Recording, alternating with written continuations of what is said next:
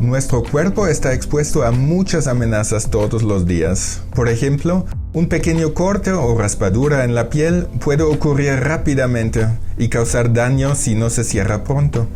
Para ello, nuestro sistema inmune debe responder inmediatamente para cerrar la herida, detener el sangrado y acabar con los microbios que han entrado sin que nos demos cuenta, pues nuestra piel está repleta de ellos.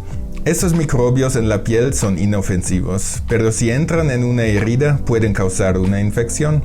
Las células inmunes, como los neutrófilos, circulan en el torrente sanguíneo y patrullan el cuerpo como los coches de policía patrullan las calles para garantizar la seguridad de sus habitantes. Una vez que se reconoce una lesión, ocurren muchos cambios en nuestros vasos sanguíneos y en las células inmunitarias que les permiten salir de la sangre y llegar al sitio lesionado en la piel. Los neutrófilos son las tropas más brutales del sistema inmune, que responden más rápido y sin piedad. Los neutrófilos son células inmunitarias producidas en nuestros huesos dentro de la médula ósea. Durante su desarrollo, los neutrófilos producen un arsenal de armas moleculares que almacenan en pequeños depósitos para ser liberados rápidamente cuando sea necesario. Además, los neutrófilos están presentes en la sangre en grandes cantidades, lo que los convierte en un verdadero ejército del cuerpo que puede responder a cualquier daño. Los neutrófilos son las primeras células en salir de la sangre y son las células más importantes en la guerra contra los microbios invasores. Una vez que los neutrófilos reconocen un microbio, liberan sus armas que lo matan de manera eficiente.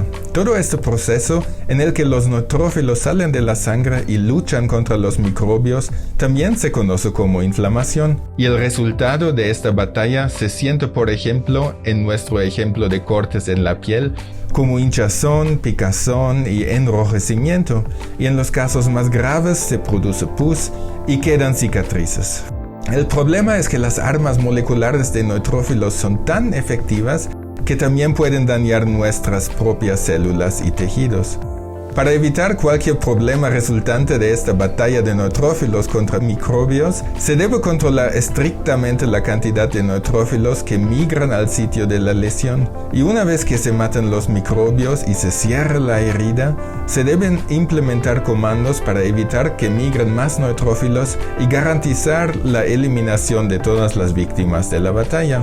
Las señales que controlan la salida de neutrófilos de la sangre y la migración al sitio de la lesión pueden compararse con las señales de los semáforos que controlan el flujo de tráfico en las calles. En mi laboratorio estudiamos el tipo y la disposición de dichas señales que permiten la correcta cicatrización de heridas y la destrucción de microbios, así como lo que está causando atascos en caso de enfermedades para identificar blancos para mejores tratamientos.